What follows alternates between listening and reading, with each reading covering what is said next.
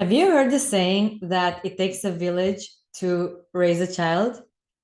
But maybe you had your baby and you're like, where is this village? This video is for you. Hi, I'm Valerie. I'm a therapist specialized in birth to six mental health and sleep.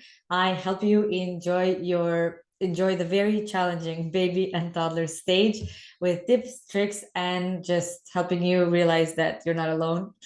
Um, and that what you're experiencing is actually something that other people relate to as well as I make some suggestions for some mindset shifts and things that might help you make an easier, happier time during this stage of life.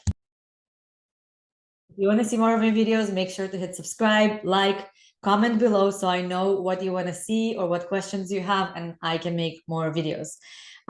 Today, I just want to tell you, you don't have to go through this alone. The job of raising babies and children was never meant to be a one-person job. So if you're, or two-person job, so if you're feeling overwhelmed and if it feels like a lot, it's because it is a lot and it's not manageable or sustainable by one or two people. It's not something you're doing wrong. But you might have really eager and happy partners, family and friends, maybe even in-laws. Maybe there are people who are really eager to help, but the way they're helping is not really helpful, if that makes sense. Let me know if you can relate and know what I'm talking about in the comments.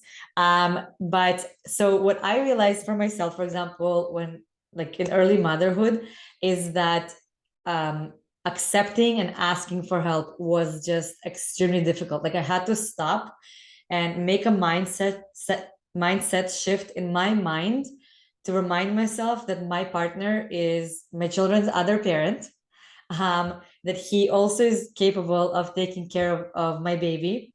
Because I think I don't let me know if you can relate, but for me, I was just assuming in my mind that I am somehow better equipped to take care of my baby. I mean, I grew him in my body, I was breastfeeding him, and I also have this background helping children and families, and I was just like, I probably know better.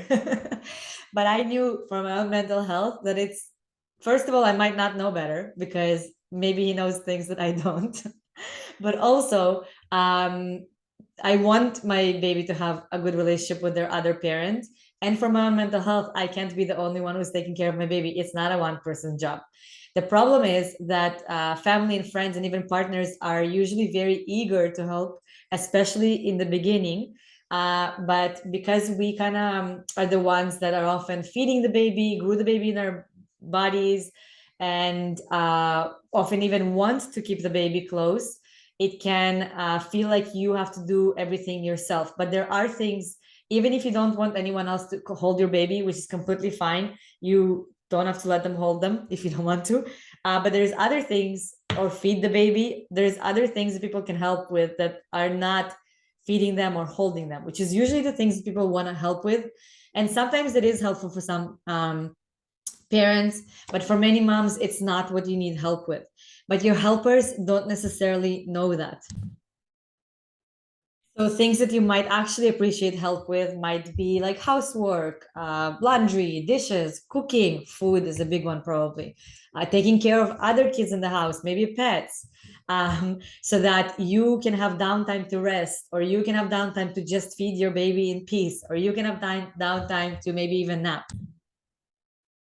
So here's where you come in here. Your helpers might not know that that's what you would like help with. They might think that because you're with the baby so much, maybe you want somebody else to feed them. And maybe that's the case, completely fine. I'm just saying, like, maybe your helpers might assume that certain things are helpful that you don't actually find helpful.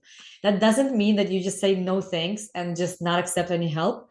I'm inviting you instead to help channel that energy, that helping interest into what's helpful to you. And if you are not used to it and you're the kind of person that's used to doing things on your for yourself, it's going to feel completely counterintuitive, but it's so important. This is just like a muscle, like any muscle. You just need to get used to it. It's going to feel super awkward, super uncomfortable at first, but in the long run, you will just feel happier and more well, and will have support so that you can be you can actually enjoy your baby and not feel so overwhelmed by taking on too much because it's just unrealistic. So let them know what you would like from them. Let them know what will be helpful for you so that they can help you in a way that helps you. And like I said, it's going to feel super awkward. It is going to feel super awkward. But the more you do it, the easier it will become. I promise. So let's practice together. Hey, could you please help me with the dishes? I'm happy to hold my baby. Or while I feed the baby, it will be really helpful for me if you could please give me some water. Could you please give me a snack? Thank you so much. Or let's say somebody offers you to help. Maybe somebody says, let me get you a snack. Instead of saying, I got it myself, take a deep breath and say, yes, thank you. In that pause, you will automatically probably want to say no. I want you to practice saying, yes, thank you. It might not be done the way you want it to be done. It might not be exactly perfect, but it's better to practice accepting help and it's better to practice asking for the help so you can get better at it and they can get better at being helpful. Different things are different things are helpful for different parents, and the only way for other people to find out what's helpful to you is if you communicate it. It's not rude, it's not imposing. People usually really want to help and they end up just helping in unhelpful ways if they don't know and are not getting any direction. So help them. You're helping them help you. And everybody's going to be more happy because you'll feel like they're helpful. They'll feel like they're contributing.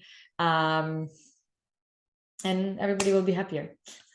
Let me know in the comments, was there something really helpful someone did for you postpartum? Let me know in the comments and remember to hit like, subscribe, and come back and watch more of my videos. I also have lots of free resources for you. If you want to learn what's normal when it comes to your baby's sleep or toddler sleep, I will link our free guides in the comments. Thank you. I wish you sweet cuddles and dreams and so happy you're here. Take care. Till next time.